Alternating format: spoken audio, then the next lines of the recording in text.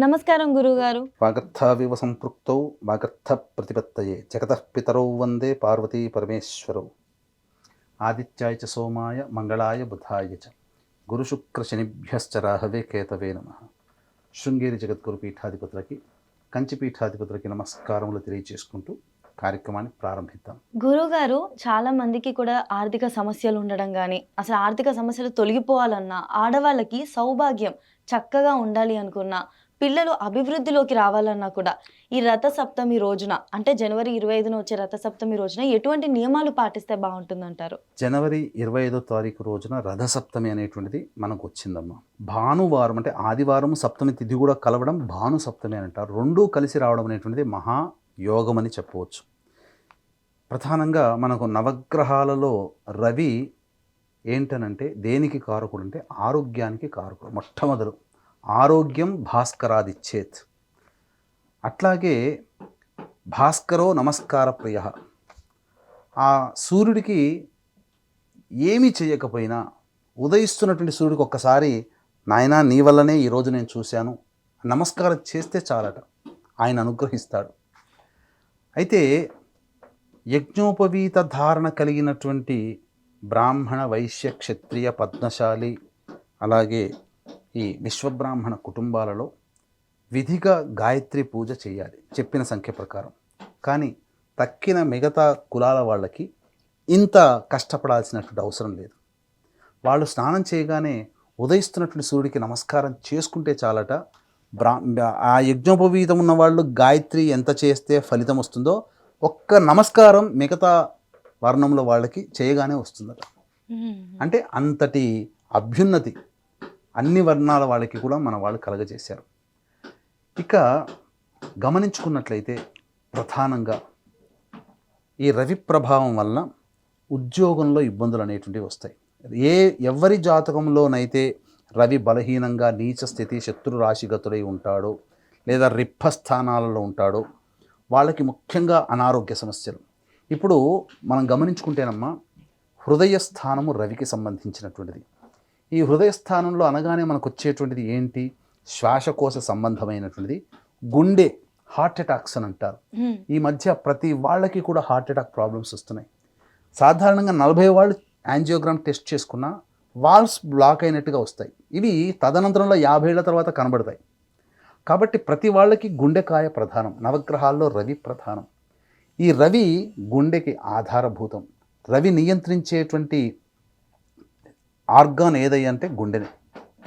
కాబట్టి హార్ట్ అటాకుల నుంచి బయటపడాలన్నా, అనారోగ్య సమస్యల నుంచి బయటపడాలన్నా, ఉద్యోగ సంబంధమైనటువంటి సమస్యల్లో కోరుకున్న చోట బదిలీ కాదు, అలాగే ఉద్యోగంలో సరిగ్గా ఉద్యోగం దొరక్క ఇబ్బంది పడడం, ఉద్యోగంలో అధికారులు సహోద్యోగుల వల్ల ఎక్కువగా నష్టాలు కష్టాలు పడడం, ఇవన్నీ సాధారణంగా జరుగుతూనే ఉంటుంటాయి.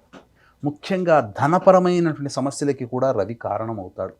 ఎందుకంటేనమ్మా, ఈ యొక్క రవిని ఆరాధించినటువంటి సత్రాజిత్తే రోజుకి 100 బారువులు బంగారాన్ని ఇచ్చే శమంతక మణిని పొందగలిగాడు. అలాగే ఏమి చేసినా అక్షయమైనటువంటి ఫలాన్ని ఇచ్చేటువంటి వాడు రవి ప్రభావం. రవి అనుగ్రహించాడంటే తిరుగుండదు. ఆ రవిని ఉపాసన చేసినటువంటి శ్రీకృష్ణ భగవానుల యొక్క ఆజ్ఞానుసారము ఉపాసన చేసినటువంటి ప్రభావము వలన ధర్మరాజుకి ద్రౌపదికి అక్షయ పాత్ర ఇవ్వడం జరిగింది. ఇవన్నీ సూర్యుని యొక్క అనుగ్రహం వల్లనే. సూర్య ఉపాసన చేసినటువంటి కృష్ణుడి కొడుకు సాంబుడు కానీ, మయూర కవి కానీ, అనేక మంది, హర్షగుప్తుడు కానీ, హర్షవర్ధనుడు, వీళ్ళందరూ కూడా సూర్యారాధన చేసి తరించిన వాళ్ళే. కాబట్టి ఈ యొక్క రథసప్తమి రోజున ప్రధానంగా ధనపరమైనటువంటిది, ఉద్యోగపరమైనటువంటిది, ముఖ్యంగా ఆడవాళ్ళకి సౌభాగ్యం దీర్ఘకాలికంగా ఉండాలన్నా, పిల్లలు అభివృద్ధిలోకి రావాలన్నా ఈ రోజున చేయవలసినటువంటి వ్రతం అనేటువంటిది ఒకటి ఉంది. ఇది సాక్షాత్తు శ్రీకృష్ణ భగవానుల వారే ధర్మరాజుకు చెప్పాడు. పూర్వము సూర్యవంశజుడైనటువంటి సగర చక్రవర్తి దగ్గర ఇందుమతి అనేటువంటి యొక్క నాట్యగత్తె ఉండేది. ఆమెకి వైరాగ్యం కొంత సమీపించిన తర్వాత దేవతానుగ్రహం కావాలి, అలాగే జీవితంలో భవిష్యత్తులో కూడా మంచి జన్మ రావాలి, ఏం చెయ్యాలి, సౌభాగ్యవంతమైనటువంటి జీవితం కావాలి, పుత్ర పౌత్రాదులతో అభివృద్ధిగా ఉండాలి, ఏం చెయ్యాలని చెప్పి అడుగగా అప్పుడు వశిష్ఠ మహాముని అడిగింది. వశిష్ఠ మహాముని చెప్పినటువంటి దాన్నే శ్రీకృష్ణుడు ధర్మరాజుకి చెప్పాడు.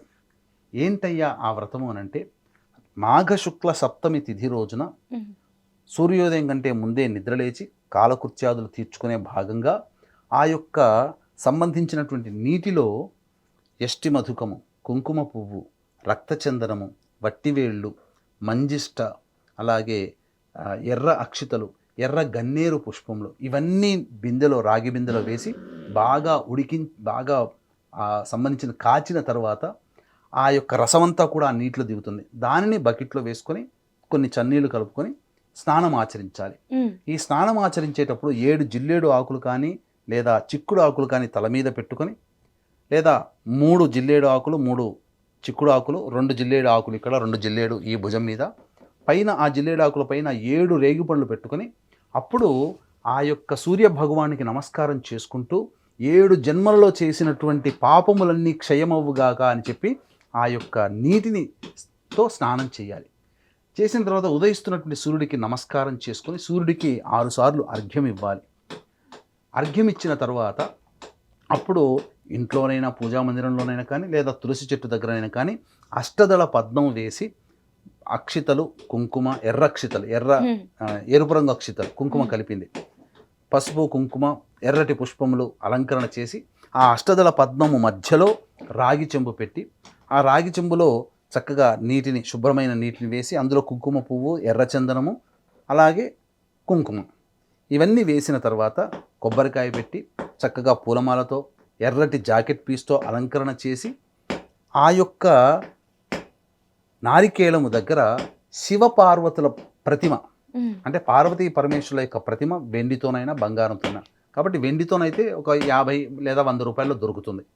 ఆ వెండి ప్రతిమను తెచ్చి చక్కగా గణపతి పూజ చేసుకొని శివ అష్టోత్తరంతో, అలాగే గౌరీ అష్టోత్తరంతో, సూర్య అష్టోత్తరంతో పూజ చేసి శివ సహస్రనామ పారాయణము, గౌరీ లేదా ఉమా సహస్రనామం లేదా దుర్గా సహస్రనామ పారాయణము, అలాగే సూర్య సహస్రనామ పారాయణము చేసిన తరువాత అప్పుడు చక్కగా ఈ సంబంధించినటువంటి గోధుమ రవ్వతో చేసినటువంటి పాయసాన్నం కానీ, బెల్లం పాయసం కానీ బెల్లమే వాడాలి.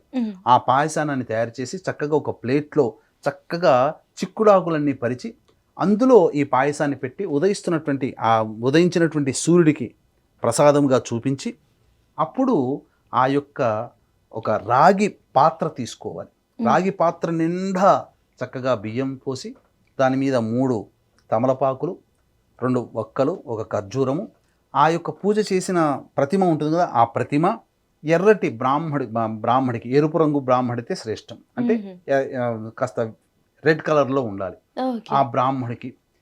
ఇక ఎరుపు రంగు వస్త్రము అప్పుడు ఆ బ్రాహ్మడికి ఈ 25వ తారీఖు ఉదయం 11:34 లోపల దానం చేయాలి. చేసినట్లయితే సమస్తమైనటువంటి కోరికలు, వాంఛలు నెరవేరుతాయి. ఇది మనకు శాస్త్ర ప్రకారం చెప్పబడినటువంటిదే. అంతేకాకుండా ఈ రోజున కొన్ని నియమాలు కూడా చెప్పబడి ఉన్నాయి, వీక్షించేటువంటి ప్రేక్షకులు కూడా గమనించాల్సినటువంటిది. ఈ యొక్క రథసప్తమి సందర్భంగా 25వ తారీఖు రోజున మన పీఠమాధ్వర్యంలో మీ జాతకరీత్యా కలుగు అన్ని రకాల సమస్యల నివారణకి దశమహావిద్యల భాగంగా ప్రత్యంగిర, బగళాముఖి, రాజశ్యామల, వారాహి, ధూమవతి హోమాలతో పాటు మేష, మిథున, కర్కాటక, సింహ, కన్య, వృశ్చిక, ధనుస్సు, కుంభ, మీన రాశుల్లో జన్మించిన వారికి శనిదోష నివారణ హోమాలు, మృత్యుంజయ హోమము, సుదర్శన హోమం లాంటివి జరిపించి శక్తిపాతము చేసినటువంటి కరుంగలిమాల మీకు ఇవ్వడం జరుగుతుంది. అవకాశం ఉన్నవాడు స్క్రీన్పై కనిపిస్తున్నటువంటి నెంబర్కి కాంటాక్ట్ చేసి మీ గోత్రనామాదులు నమోదు చేసుకోవచ్చు. ఇక ఆ విధంగా దానము చేసిన తరువాత ఆ రోజంతా ఉపవాసం ఉంటే చాలా మంచిదమ్మా. నియమాల గురుగారు ఉపవాస నియమాన్ని పాటిస్తే మంచిది. సూర్యాస్తం అయిన తర్వాత చంద్ర దర్శనం చేసుకొని అప్పుడు భోజనం చేయవచ్చు. ఇది ఈ విధంగా చేయాలి. కానీ ముందు రోజు దీనికి నియమం ఏంటంటే షష్ఠి తిథి రోజున స్నానం ఆచరించిన తరువాత నువ్వులని బాగా దంచితే పిండి వస్తుంది. ఆ పిండిని ఒంటికి రాసుకొని ఇక ఆ రోజు షష్ఠి తిథి రోజున, సప్తమి తిథి రోజున మద్యపానము, ధూమపానము, మాంసాహారము, అలాగే దాంపత్యము ఇవన్నీ పనికిరాదమ్మా. శుద్ధిగా ఉండి ఈ సప్తమి వ్రతాన్ని ఎవరైతే ఆచరిస్తారో స్త్రీలకి ముఖ్యంగా సౌభాగ్యం చక్కగా ఉంటుంది. పిల్లలు ముఖ్యంగా ఉద్యోగ సమస్యలతో బాధపడే వాళ్ళకి ఉద్యోగం లభిస్తుంది, పిల్లలకి అభివృద్ధిలోకి వస్తారు, వాళ్ళ కోరికలన్నీ నెరవేరుతాయి. నవగ్రహాల్లో రవి యొక్క అనుగ్రహం కలిగితే మిగతా గ్రహాలన్నీ చెప్పినట్టు వింటాయి, ఎందుకంటే రాజు రవే కదమ్మా. అవును. అవును. కాబట్టి అధికారుల యొక్క అండదండలు పెరుగుతాయి. ముఖ్యంగా ఈ రవి యొక్క అనుగ్రహం కలిగితే తండ్రి ఎంతో ప్రేమగా చూసుకుంటాడు. హ్మ్. ఇది అన్నిటికంటే ముఖ్యంగా రేవతి నక్షత్రం 4వ పాదం ఉండగా ఈ యొక్క రథసప్తమి ఉంటుంది 11:34 వరకు. తర్వాత అశ్విని నక్షత్రం ఉంటుంది. ఈ రేవతి నక్షత్రానికి ఏంటి అయ్యానంటే, ఈ రేవతి నక్షత్రం 4వ పాదం కదమ్మా. ఈ రేవతి నక్షత్రం 4వ పాదము, అశ్విని నక్షత్రం మొదటి పాదము గండాంత దోషము అని జ్యోతిష శాస్త్రం ప్రకారం. కాబట్టి ఈ రేవతి నక్షత్రం 4వ పాదంలో, అశ్విని నక్షత్రం మొదటి పాదంలో పుట్టినటువంటి వాళ్ళు ఎప్పుడూ కూడా అనారోగ్య సమస్యలతో ఉంటుంటారు. దానికి నివారణగా సూర్య ఆరాధన చేయమంది. కాబట్టి ఇవి రెండూ ఉన్నటువంటి రోజున రథసప్తమి రావడం వల్ల ఎవరైతే సూర్య ఆరాధన చేస్తారో వాళ్ళకి సమస్తమైనటువంటి అనారోగ్య దోషాలు తొలగిపోతాయి, సంపూర్ణ దేహ ఆరోగ్యవంతులు అవుతారని చెప్పడంలో ఏమాత్రం సందేహం లేదని చెప్పవచ్చమ్మా. ఖచ్చితంగా గురుగారు. ఆ రోజు ఇవన్నీ కావాలి అనుకుంటే, కష్టాలు తొలగిపోయే ఆర్థిక సమస్యలు, సౌభాగ్యం, పిల్లల అభివృద్ధి ఇవన్నీ కావాలనుకున్న వాళ్ళు మీరు చెప్పినటువంటి వ్రతాన్ని ఆచరిస్తే అంతా మంచి జరుగుతుంది. ధన్యవాదాలు గురుగారు. సర్వం శ్రీ ఉమామహేశ్వర పర బ్రహ్మార్పణమస్తు.